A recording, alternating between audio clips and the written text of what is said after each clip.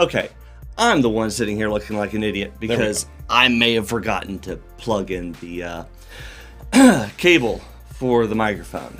Yep. Hi guys, how's it going? Sorry for the minor technical difficulty at the beginning.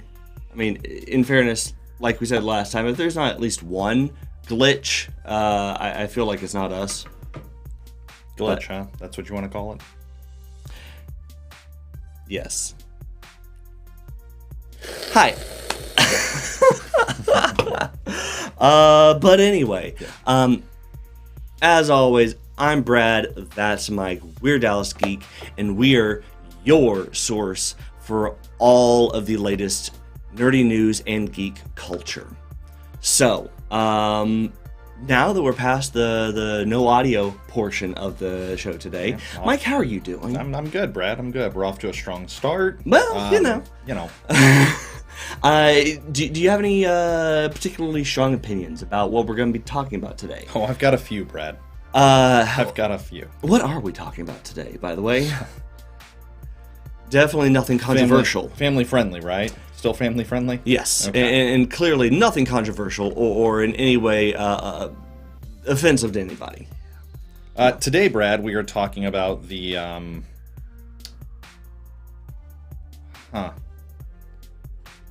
I know the headline says dumpster fire. I don't know if that's a strong enough.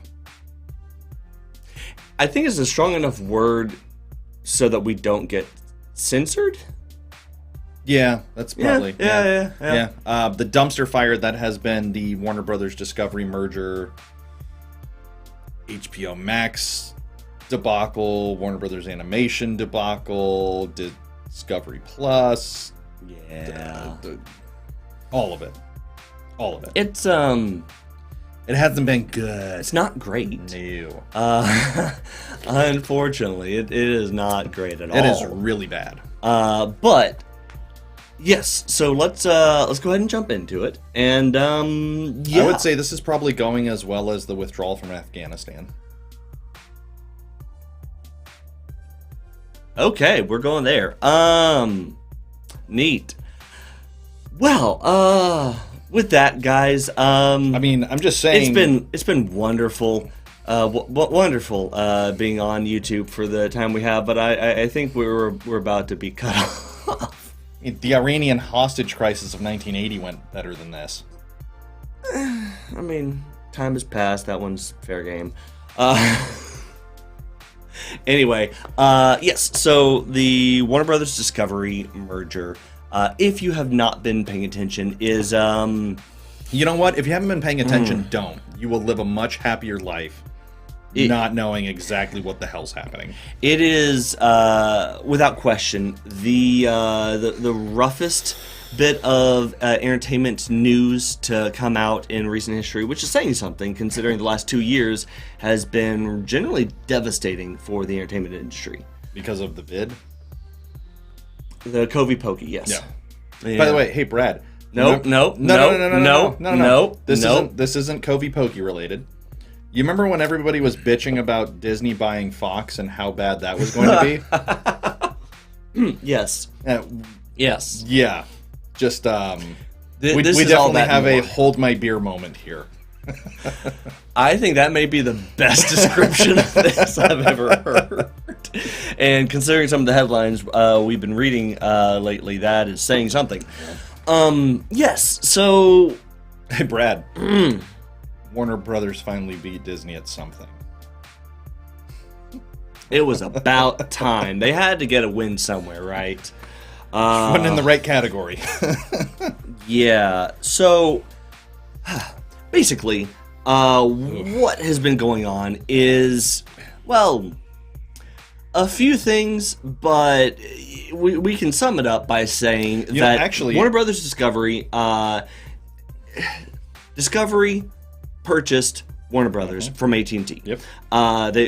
They purchased basically all of the entertainment from AT&T. Yep. And that wasn't too long after AT&T purchased Warner Brothers, right? It's a couple years. Yeah. Well, I mean, in terms of, like, that's not too terribly long. No, not within the context of the industry, no. Right. So, They Almost like AT&T just bought them to then turn around and move them. Yeah. So Discovery technically purchased. Officially, they merged with Warner Brothers, and then We use the air quotes because all of the people being laid off are Warner employees and not Discovery employees. yeah. I mean, we keep hearing that there's supposedly bad news that's coming out of Discovery, but nobody's saying what it is, which kind of makes it sound like it's just somebody leaking that, oh, well, things are bad, but we've got it hard too. How is that, by the way? How is that hard? You guys you wouldn't want to know. It's not interesting. Yeah, you guys are getting red weddinged over there, but we promise winter is coming for us. Which is entirely appropriate since HBO owns that entire quote and property. That's why I said it. Yeah. It's almost like I do my homework. Even though you haven't seen the show. No. Nope, I sure haven't. Well, I've seen that scene, though. Holy hell. Oh, with context, it's so much worse. With context. Really? A pregnant woman being stabbed in the stomach is worse with context? I feel like it's worse without context. Vastly worse with context. Okay. Vastly. But yes, no, so you had the merger of the two companies, and at first it seemed like a bit of a odd bedfellows, considering Discovery. Discovery owns the History Channel, owns TLC. Obviously, they own Discovery. They I never would have guessed that one. Yeah, it's a whole slew of brands that own reality TV. That make no sense when you look at it on paper. Not at all. Even when you actually try to make sense of it, it still doesn't make sense. And then they went in and merged with a company that is one of the biggest names in scripted content in all of Hollywood. Yeah. And like, I can't even think of anything like remotely reality based. Well, there are a couple. Nothing that immediately jumps to mind, though, right? I mean, nothing popular, but there are some that Warner owns. That's fair. Just not on HBO. And that's kind of the thing. Yeah. So the problem here is that Excuse me. The person that is in charge of this whole new Frankenstein company is the CEO from Discovery. And he already came in with his own preferences and biases against scripted television and scripted movies. In his mind, reality TV is king because it's cheap, it's fast, and it's minimal effort. So you can make a ton of it for very little, and people are going to consume it, so you're going to make money. I mean, look, if you're looking at it from just an X's and O's and a dollar sense, that's... I hate to say it, but that's not a bad game plan. Yeah. Hey, Aaron. Hi. Look, it's not. It's not a bad game plan if all you're looking to do is turn a profit. But the problem here is that Hollywood, while they've always been about the money, No. They've always been about the money. But the problem is that they have. It's been a while since Hollywood has been just about the money. There's at least for the last 40 years at least, been enough people in Hollywood that were in it for the creative side of it, that were in it for the desire to tell stories, even at the executive level, that you still got some balance between the money men and the creative talent that could find some way of attempting to balance the two, even though we always knew when push came to shove, the money men were going to win out most of the time. Right. The problem is... Yeah, you know, those guys that were beacons for equality and treating people right, like Harvey Weinstein. Bill Cosby. In fairness, this is the one time where Matt Damon is the correct answer. It's true. The one time where Matt Damon is absolutely the correct answer to this question of who's been fighting hard for fair treatment in Hollywood for the creative types while still trying to balance the money. And that is surprisingly Matt Damon. Every time. And most of the time, Ben Affleck. I say most of the time because, you know, he's had some hard years. Yeah, when he's not Getting divorced. making an ass of himself on Bill Maher, or Getting divorced, or getting going to remarried, rehab, getting divorced again. going to rehab again. It's a vicious cycle. Yeah. Anyway.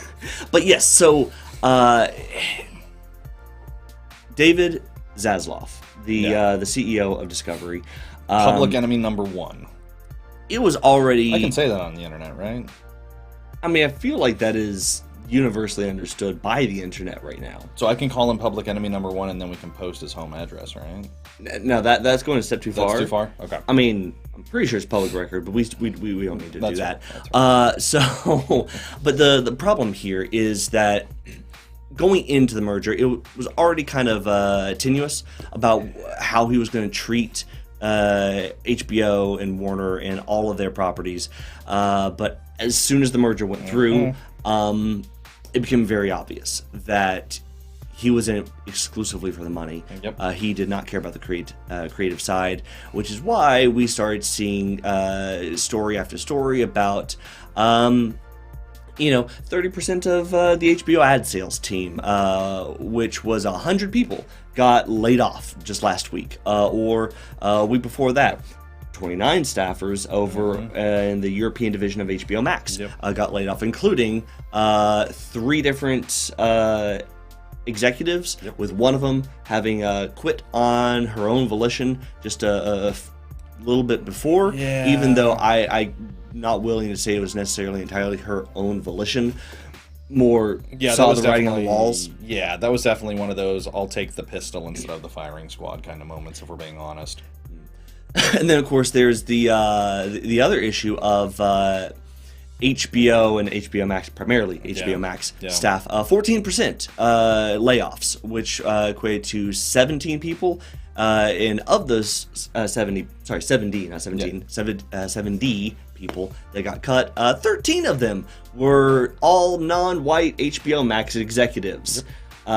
Which has actually been a bit of a recurring theme with most of the layoffs, is that most of the layoffs have been primarily the non-white employees across the board, which may or may not speak to the fact that the Discovery staff is just a little reminiscent of a 1960s, 1970s workplace.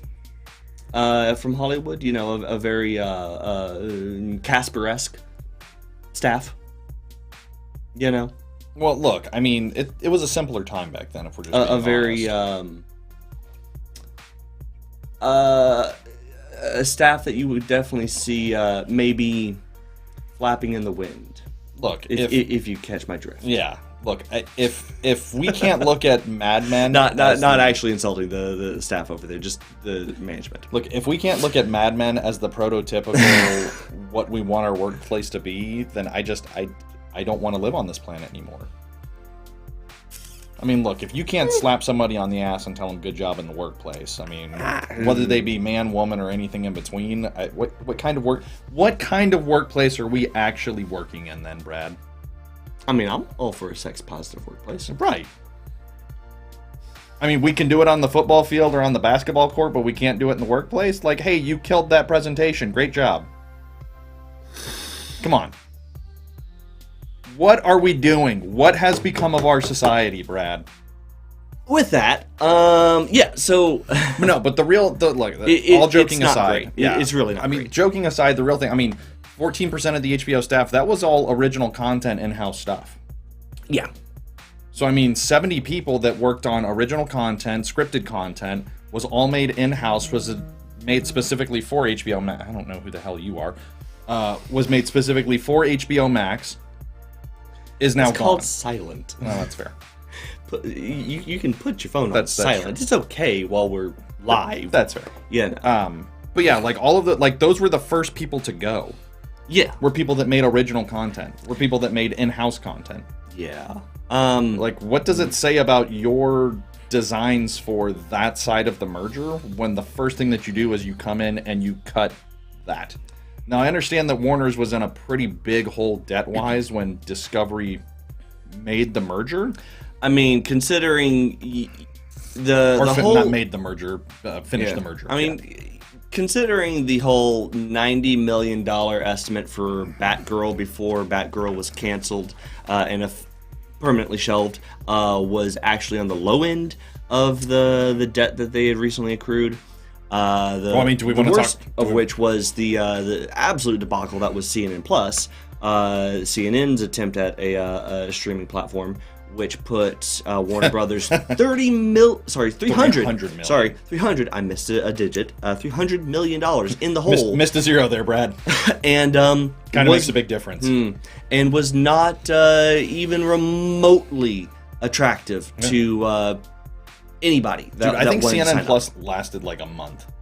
Yeah, maybe 2. Yeah, and the funniest part about it is there are some massive creators in the online media space.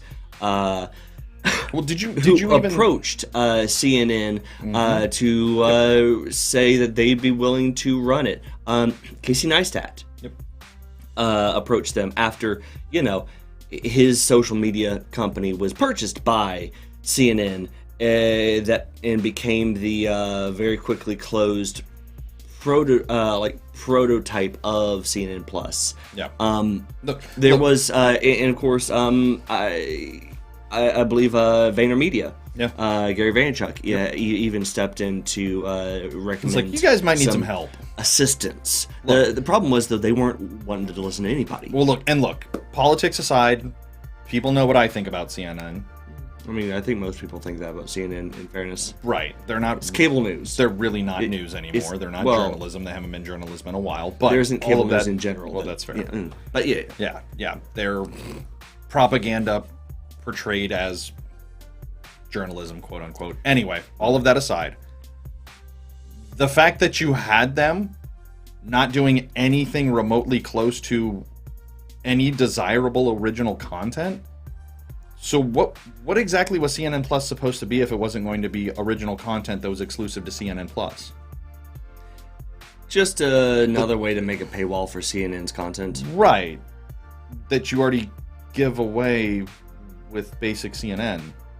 Like you had like Don Lemon reading like children's stories, and you had Jake Tapper. Congrats on your presentation. Hey, I agree. Congrats on the presentation. New inside joke now. But like, the thing that blows my mind about it is Warner, who was so good at making content and making content in-house. How do you put something out like CNN Plus that was what? Now I still don't know what CNN Plus was supposed to be trying to do. I will at least give. Do you know what they were trying to go for? Other than like, hey, we're gonna make you pay more for CNN content. Ooh, us too. We have something too. Right. Yeah. Well, cool. What do you have on it? CNN nothing. Plus. CNN Plus was that kid from kindergarten that, when it came to show and tell day, saw everybody else and what they had were showing off, and then, without any preparation or forethought, had to jump up in the middle of class going, ooh, I have something too, look at me. And no, there was nothing. To me, CNN Plus was the kid that came back from summer break in high school and said he got a girlfriend that he met at camp that lives in Canada. I mean, yes. Yeah. So, but the funny thing is like CNN Plus would be something that like would have made sense coming from the Discovery side. Yeah. Not from the Warner side. Well, so what were they thinking? And the funny putting thing, themselves in that position. And the funny thing is, when you look at, or does this just speak to more bad decisions that Warner was making leading up to the merger? Well, more bad decisions, because the problem is when you look at the online space right now, you have some people already doing what CNN Plus could have been, right? And they're doing it well. Like, I mean, not to sound like too much of a fanboy, but Philip DeFranco, when he went off, and I mean, you are a fanboy though. Oh, massive. and I will any day of the week try to shoot my shot and say, "Notice me, Senpai DeFranco," because seriously. But we're talking about slapping asses in the workplace. Noticing me, senpai. But anyway, no, Trying to target a specific audience today, are we, Brad? a very, very specific audience of one, yes.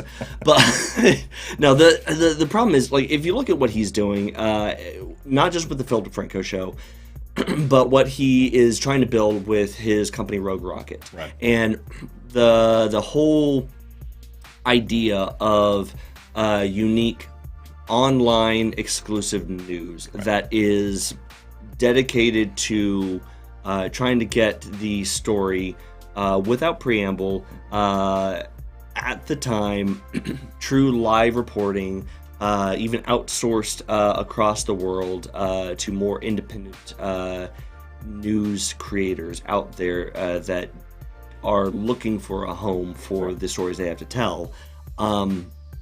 That is exactly what something like CNN Plus could have been. That's what it should have been. If you're going to be making a streaming service for news, that is literally the only thing that the news industry requires, that is not going to be just a play for money of creating an artificial paywall to the exact same content you're already putting out on TV. Like that is the only reason why a news streaming service needs to exist. Yeah. And yet somehow CNN did not realize that. CNN did. Yeah. So the bigger thing that this also speaks to now is like when you go ahead, thank you. So you've got all of these bad decisions that Warner made in the lead up to it, up to the merger, that is, sorry. Discovery coming in, basically gutting everything on the Warner side. The CEO, say his name again? David Zaslav. Zaslav, thank you. I never pronounce that. I've heard it enough times over the last several weeks. Yeah. It's hard to not remember. But I mean, he's also come out and said, like, hey, like you said earlier, like, hey, reality TV is the easiest way to go. He said things like HBO Max and Warner Brothers is going to be the boys' side. Well, that actually came from like right after the merger. That was a investor call. Thank you. Yeah. So right after the merger, during Comic-Con, there was an investor call that was talking about the future of this new Warner Brothers Discovery entity. And it was a very unfortunate slideshow that was a little bit too telling if they were trying to not telegraph their moves.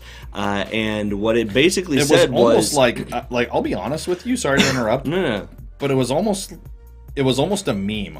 Yeah, like what it said was basically... Boys only like comic books and explosions. Girls only like trashy reality TV. Literally. What? Yeah, like what it said was his and the Discovery team's perspective on TV has not evolved since the 70s or 80s. No. You got to go further back than that. Well, no, because you got to remember there were still TV and movies were still very highly gender specific, just like the toy section at Toys R Us. Well, they still are to an extent. Not as much anymore, especially. Well, yeah, they're both non-existent. Yeah. But no, that's the very unfortunate piece here, because when you're going in and not just saying like there was literally a slide that said that HBO and Warner content was boy-centric and Discovery content was girl-centric.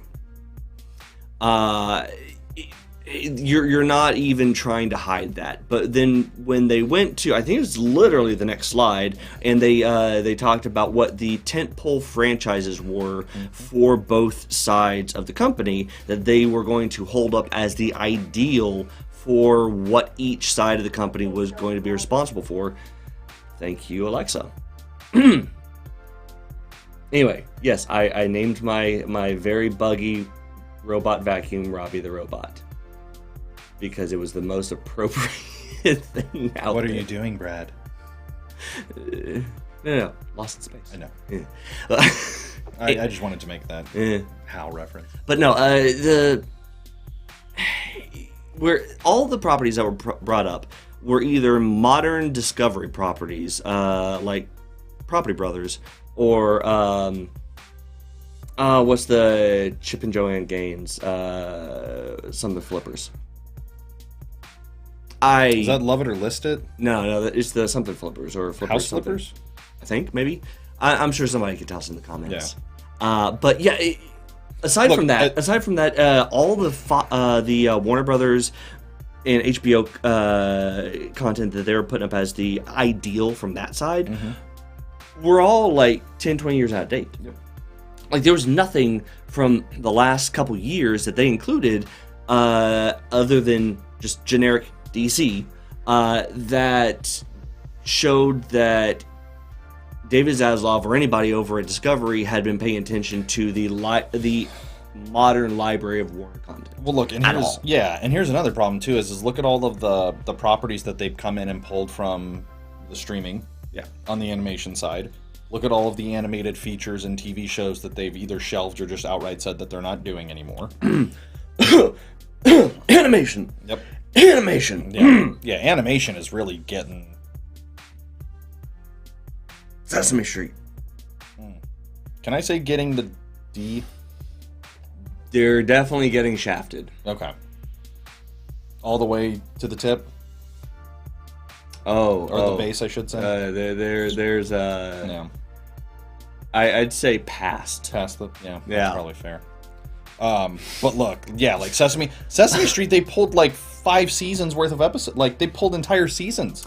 They pulled 200 episodes of Sesame Street with selections from seasons 1, 5, and 7, and then the entirities of seasons 39 through 52. I'm going to hell. And this is after we are not going to make those types of jokes about Henson or Sesame Street. No, they are pure. Just Elmo. They are pure. Just Elmo. We don't need to talk about that. Elmo's not pure. No. Elmo is pure. We don't need to talk about the other thing. There's a reason why South Park created the Don't Touch Me Elmo doll. Elmo is pure. Sure. Thank you very much. Sure. But I mean, this is just a couple years after Warner made a deal with the Sesame Street and Henson companies, saying that essentially Sesame Street was going to be treated as if it was sacred doctrine, that there was going to be nothing about it that was going to be misused or underappreciated. It was going to be there so that it would remain available to everybody that wanted to be able to have access to the educational content that it was. And now it's being treated like Bobby Brady when they introduced Cousin Oliver. I mean, yeah, because that's a deep cut for you. You're welcome, by the way. Yes, it is. But like, because they Warner Discovery has even said, when asked about that whole debacle and the fact that, well, weren't you guys supposed to be preserving Sesame Street? They said, well, the deal's still in place. We will still continue to show current seasons of Sesame Street 6 months before it goes on to PBS, and you will still be able to see all of the rest of the modern Sesame Street content. And then that was it. They decided not to elaborate on the rest of the back catalog. Yeah, probably for very specific reasons, which I'm personally offended by, because I grew up on that. That I don't want to be that millennial that says you're trying to kill my childhood, but Discovery is literally trying to kill my childhood. Yeah, like literally. But, those Muppets are amazing, and don't you seriously? If there's one thing that could make the internet riot, like actually riot, it would be the doing Kermit dirty. Yeah, that's Miss Piggy's job. You're welcome, bud. Way too many jokes on that one. Yeah. But yes. But no, look, I think the other thing that we haven't talked about, and maybe we'll talk about it later, What does this mean for the future of the industry? And sorry, getting a little ahead of ourselves with that tease of a part 2 maybe coming. Oh no, not maybe. There is going to be a part 2. For those of you who are still sticking around, next week is going to be part 2 to this whole conversation, because this week is primarily a TLDR on everything that you probably have not been keeping up with as religiously as we have. But here's with the this other debacle. thing too. Next week we are going to be diving into the implications of all this. Look, and there's now talk that they're just going to start licensing out properties like Marvel did in the 90s. Which there's talk of gives hope. I know what I want to happen.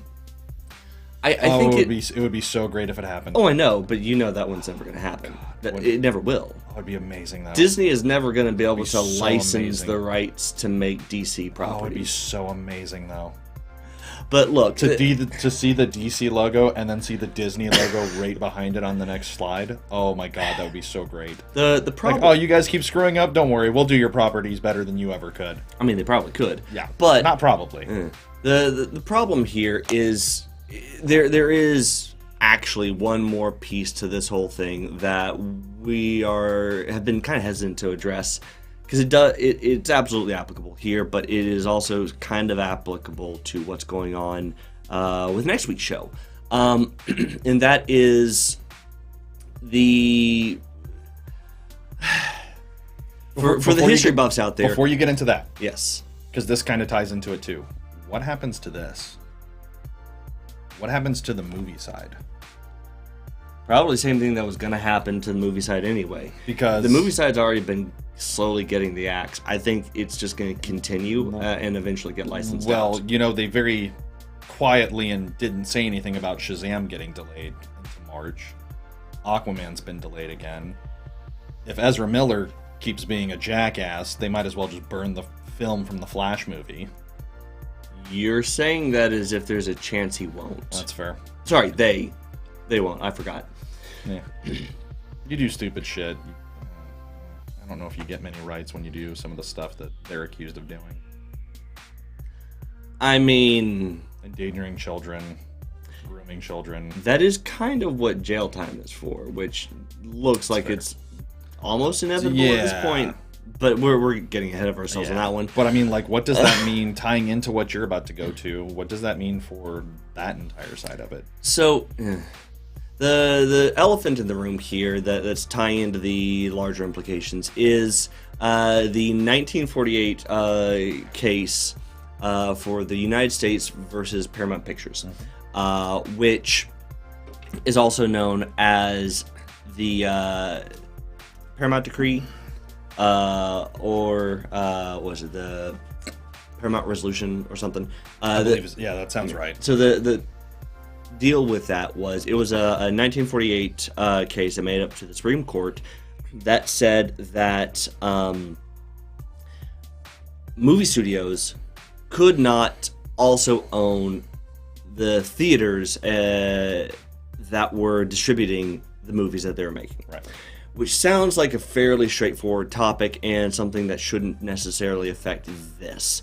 But it does, because the problem was that it wasn't just a case that said that total vertical ownership of the movie industry from production through distribution could not all be owned by the same company. Right. It was also a case that, or the case that allowed independent studios and independent theaters to exist in the first place. Yep. Because it said that the big studios could not create such all-encompassing distribution deals with theaters that essentially barred any opportunity for independent theaters or independent studios from being able to get their movies shown in theaters.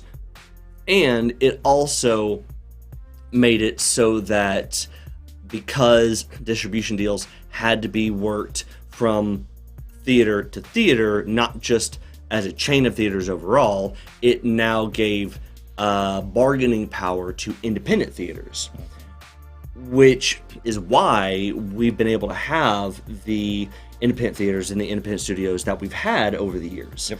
It's why we've been able to get so many of the art house films that we've had over the years. And the problem now, like Titanic, Avatar.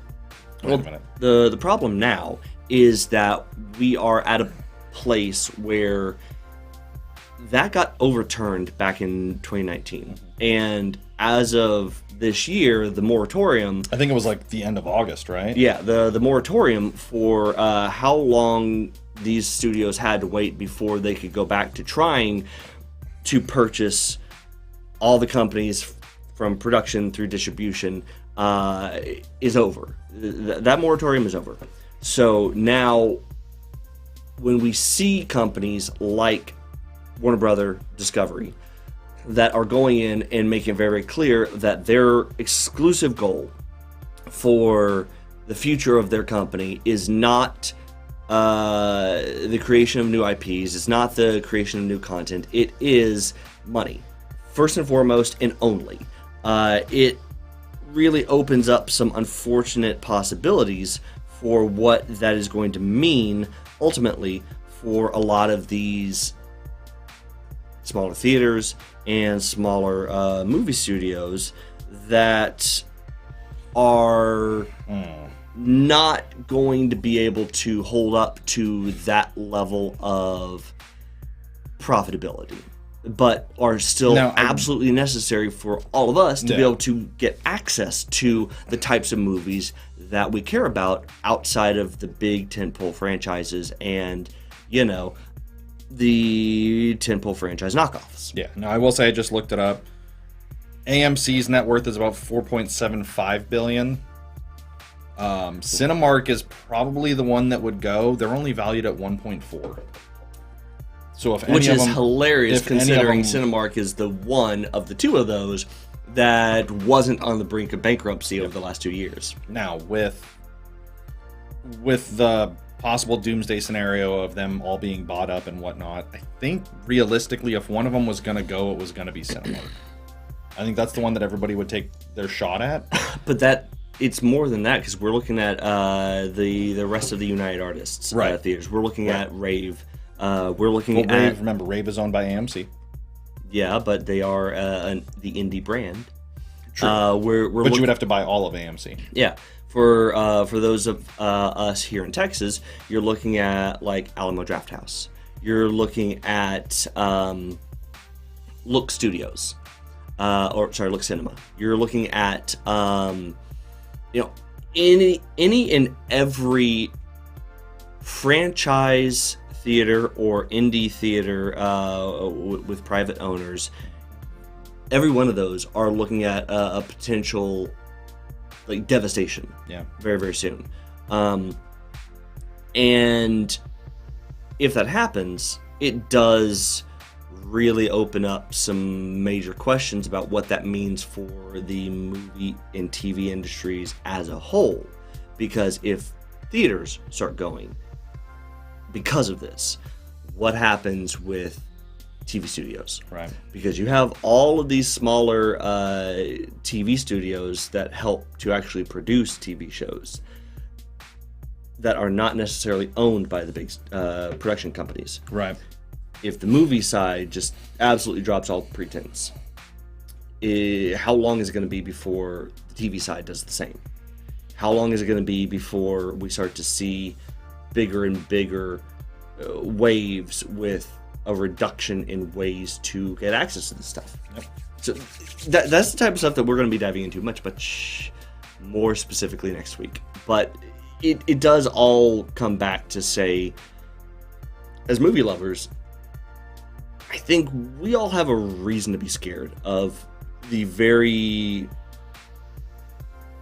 out of touch and myopic approach that David Zaslav and his team over at Discovery are taking to the butchering of basically everything that Warner owned. And it's not... I don't think it's hyperbole to say that it should concern anybody in the creative industries about what this means for all creative content moving forward, because of the legal implications that all this has about not just, well, antitrust laws don't necessarily apply to Hollywood, but also Hollywood, if Hollywood drops all pretense about the only thing they care about is perpetual profits, perpetually increasing profits. There you go. Where does any of the independent content and the indie films and the indie creators, where do they belong? No, where do all of us belong? It's a really good question to ask. There's also people on the counterpoint of that say that maybe this does kind of see the resurgence of and kind of rebirth of the independent artist and filmmaker, the independent writer, the guy that goes out and makes his own movie and goes and works for a distribution deal, or goes and writes a script that absolutely blows everybody away, like what Affleck and Damon did in the 90s when they were turning out scripts and Good Will Hunting was their baby that they took to Miramax. I mean, maybe. You know, Netflix could still be a player in this. What if Netflix turns into basically like the darling of the independent filmmaker? It's going to be really interesting to see. The one thing that I always come back to, though, is that the industry always evolves. Yes. And to quote Ian Malcolm, life finds a way. But in fairness, we thought streaming was going to be the death of the movie theater industry. It really wasn't. But at the same time, we can look back at the history of Hollywood and say it always evolves, it always grows. Right. It always keeps moving forward. But that doesn't mean that it hasn't gone through some really rough years. Oh, absolutely. Especially for those of us in the audience. Yeah, I mean, you know, did you see any of Michael Bay's early films? So, yeah, that's... Are there solutions to this? Yes. I think... I think one of the most obvious potential solutions for this is kind of a happy middle ground between streaming and video on demand, where, not that I'm gonna say that Disney's entirely right with their idea of going in and having video on demand in part or entirely replace theatrical releases, and then still charge extra money on top of the monthly cost of their streaming platform. But at the same time, it's not a terrible idea as long as the royalty rights and the residual deals for everybody involved in creating the movies and shows that we're talking about are able to be updated to fit the new format. But I think there is still a happy middle ground for somewhere with streaming platforms adopting a video on demand method that may not be the best for theaters, but at the same time could work decently in conjunction with. Right. I mean, hell, we saw back in 2020 and a bit last year, Amazon make a deal with, I think it was AMC, where they did a little bit of a video on demand for movies in theaters. Yeah. Not many, but enough to be able to kind of almost act as a proof of concept. Yep. So it is possible. I think there is a way to be able to justify that and a way to make it worth the while of everybody involved. Right. But as we're going to get into next week, there are some much deeper and more significant things that need to be dealt with first before that's even feasible. Yep. So, yeah, with that, guys, thank you so much for joining us. I don't know about you, Brad, but I'm depressed now. Thank you so much for joining us. We do appreciate it. And if you have not already, please do not forget to like us and follow over on Facebook. Share with your friends, share with your family, share with a random neighbor, or neighbor, person on the street, whatever. Can I press the button? If you can. And don't forget to like, subscribe, and hit the notification bell. right there. In order to be able to get all the updates for when we go live, when we post new videos, and just do what we do. And of course, if you want to be able to catch more of us, but don't always have time for the videos, you can always go catch the audio of our live shows, interviews, and other projects over on Apple Podcast, Spotify, iHeartRadio, Google Podcast, and Stitcher. And of course, assuming it survives for much longer, the Facebook podcast feature, which is exclusively on the app. Because because that's going so swimmingly. I mean, we've been seeing Meta go in and cut features and services left and right lately, so who knows how long this one will last. Lizard people are going to lizard people. That's fair. But anyway, guys, thank you so much. And until next time, as always, I'm Brad, that's Mike, we're Dallas Geek, and see ya.